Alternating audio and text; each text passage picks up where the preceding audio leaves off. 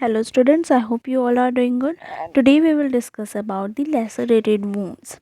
We have already covered the lectures of abrasion and bruises in the previous set, so you can go check out the playlist that I have made on the forensic medicine. Now, what is a lacerated wound is most important that before we start discussing about the importance of lacerated wound characteristics, types and much more like that stuff. So, lacerated wound basically refers to tearing or splitting of the skin. Now, it could be your skin, it could be some mucous membrane or the internal organs, yeah, anything. This tear is the result of force that is caused. Now, here's the skin. Let us assume that this is the skin, it is uniform, no wear and tear. As soon as the force is applied, the skin gets torn into two parts, somewhat like this. It can be something like this. There would be a head portion, there would be a tail portion, and gapping present between the two. Now, if the blunt force that is the reason why this laceration is caused, if some blunt force is applied, extensive bruising and laceration of deeper tissue occur. This is known as the crush injury. This picture shows the lacerated wound. I could not put much pictures here, maybe because of the community guidelines, but you can always check that out in Google or some other platform. It can be there in your books as well. So, the scalp region, it is more prone to get a laceration. Why and what this laceration is known as, we will discuss about it. Look here, the skin is split into two, and this is definitely due to some kind of force applied. Now, this split laceration is the first type of lacerated wound that we will discuss about. It occurs when the soft tissue is sandwiched between the hard underlying tissue and some kind of force applied. Look, for an example, this is the tissue. It will be sandwiched between some kind of external force that is applied. For an example, if a hammer is charged upon the person and this is the bony portion, for an example, this is the skull and this is the portion of your scalp. So if a hammer is charged upon the person and a person is being hit by the hammer at the scalp, so now this tissue, what would happen, this tissue would get simply sandwiched between the skull and the hammer, the force that is applied by a hammer. Now the laceration that would be caused is termed as the scalp laceration, as mentioned. Okay, it occurs because now this innocent tissue would get crushed between the hammer, force from the hammer, and the skull portion. Incised looking lacerated wound. This wound definitely looks like some incision, but it is not an incision, it is a laceration. When the skin is closely applied to the bone and the subcutaneous tissue is scanty, blunt force may produce a wound which um, may be linear splitting of the tissue. It looks like incision, look, I told you, but it is not incision. It occurs in the area that are in close contact with the bone. For an example, your scalp, your forehead, your eyebrows, zygomatic arc, the portion of zygomatic arc, then iliac crest, these are all in close contact with your skull, isn't it? And the lower jaw, that is in close contact with the um, portion of your jaw. So this all are the sites where you can commonly found some incision looking like lacerated wound. Then we have this stretch laceration. As the name suggests, here must be involvement of some kind of pressure, some kind of pull, which result in splitting of the skin into two portions. Next is tear. Tear is not as similar as the stretch wound that we previously discussed. In this case, the tearing of your subcutaneous tissue would be observed, but this tearing can be due to some irregular objects like door handle of a car, radiator mascot, or blow due to some kind of broken glass pieces. Cut laceration, extremely easy. there must be involvement of some kind of heavy sharp edged weapon. It results in a deep cut formed on the body and followed by the lacerated wound observed. Now what are the characteristics, how you can differentiate lacerated wound from the other wound, how you can identify that the wound that is caused is a lacerated wound? Here are some of the characteristics feature that we will discuss about. First of all, you have to observe the margin. If the margin is irregular in nature, like this is the margin somewhat like this, margin would look. If it is smooth, then definitely this is not the lacerated wound. If not, if this is not the case, then definitely it is a laceration. Look at this picture. Do you feel that the margins are smooth, the margins are regular? No, they are not. Look at the margins, they are irregular. So this is the very first identifying characteristic feature.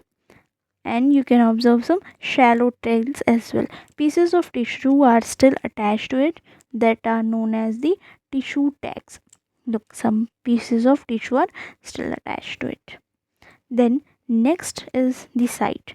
They mostly occur over the bony prominences. What are the bony prominences? Like this is the skull, and here we have the scalp tissue. So here you, this scalp tissue is more prone to getting lacerated. The eyebrow portion that cover this, all portion are quite close to that of the bony prominences.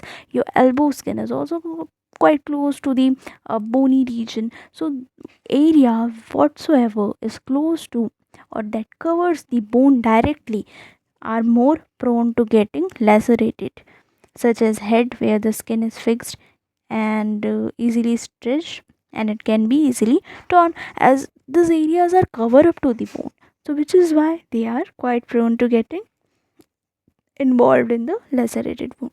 Bruising and abrasion can also be seen around the margin. Here abrasion is observed. So this is the entire lacerated wound, and this indicates the abrasion. So we can say that on the injury, if abrasion or bruising is present, so you can say that it may be, mark my words, may be uh, a lacerated wound. Then the ages need to be observed in such cases as well. Depth of the wound.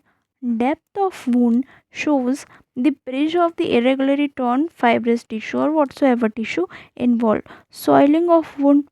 It may be possible that the laceration is caused when the person falls on some ground. So the wound may get covered by the mud, wood splinter, sand, glass, paint material. If the person is hit by the vehicle, then hair or fiber that can be embedded in the wound. These are all of great medico-legal importance. They can help you to figure out what kind of vehicle must be used, where the body belongs to, and much more of that sort. Hair bulbs could be crushed in case what I have told you, that the scalp, the portion of scalp is quite prone to getting lacerated. So there are chances the hair bulbs could get crushed if the person is being hit by some hard object. Hemorrhages can be present. Arteries could get crushed. It could lead to hemorrhages. Then shape. The shape of the weapon could be figured out by looking at the laceration. Gapping. Gapping. Now, what is gapping? For an example, this is your laceration. Okay. This is the lacerated one. Or let us take another one, lacerated one. This is the lacerated one. This portion, this entire portion where the split could easily be observed is termed as gapping. This is the head, this is the tail portion, and this entire middle portion, even this entire middle portion is termed as gapping. So gapping needs to be observed as well. These are the tissue bridges. what are tissue bridges? You cannot expect that tissue would completely leave each other. No, it is not. There would some small minute amount of bridges which would be formed, that are still holding the um, broken down, or I should say split up portions of tissues together. And the dating of laceration, the most important topic of all. Fresh laceration, lacerated wound, there would be some kind of bleeding, because you cannot underestimate lacerated wound. It is not a small wound or something like bleeding would not be observed. No, there would be bleeding, margins would be red, it would be swollen and tender as well. After 12 to 24 hours, margins would still be swollen, and some sort of dried lymph or blood could be present there. Then within 3 to 5 days, margins will adhere each other, and they would be covered with some dried crust. As I've told you, both of the ends would not be split up for longer time. At some point of time, they would adhere together via tissue bridge, and it will be covered by the dried crust. In 6 to 7 days, means in 1 week, scab falls off and it could be taken off easily. Then in few weeks, scar still remains whitish form, and the area would become painless. Then this image, this is the evolution. I forgot to show that to you. Then the medico-legal important to discuss about how this lacerated wound is of medico-legally important, how you can figure out the or reach the culprit by merely looking at the wound. The type of lacerated wound may indicate the cause of injury and shape of the weapon used. We have discussed about it in the characteristics of the wound. Blunt round end indicates the hammer. Hammer can cause a stellate wound. Stellate laceration. Stellate means somewhat like this, star shaped. Star shaped wound can be caused by the hammer. Why? Hammer has a blunt rounded. Hammer won't have a sharp end, isn't it? Blunt object which has some edge, like hammer head, can cause crescentic lacerated pattern. Crescent, moon shaped, like this is the moon shape. Then long thin object, for an example, some pipe, some sticks, rod, they have a flat surface, they have a irregular surface, and they cause the Y-shaped laceration. The irregular margin and raised kind of condition would be observed there. Now the nature of injury. A laceration may be a simple injury, and some underlying fractures can also be seen in that. Now this box is very important. How to know whether the laceration is accidental, homicidal, or suicidal in nature? Here are some of the cases. If the wound, the laceration is present on the exposed portion of your body. Exposed portion means the portions which are quite prone to getting lacerated. In case of accidental, you know, someone is hit by um, heavy object or blunt weapon. In such cases, there are chances that your leg might get affected in case of injury. In case of accident, your hand might get affected. But these are the least exposed portion, like your head. If head got lacerated, so there are chances that this could be the homicidal laceration. A person must have been hit by the hammer or some kind of stick. There must be a blow of an hockey stick, something, anything of that sort. That must be intentional. So these are the examples of homicidal laceration, and here is an easy way how you can figure out whether the laceration is accidental or homicidal. If it is present on the exposed portion of body, accidental. Least exposed portion on the body, then it is homicidal laceration.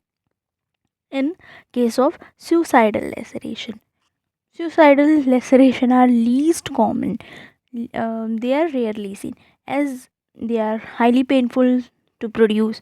So even human being have some kind of pain tolerance, and they could not exceed that pain beyond a certain limit. So suicidal laceration are least common.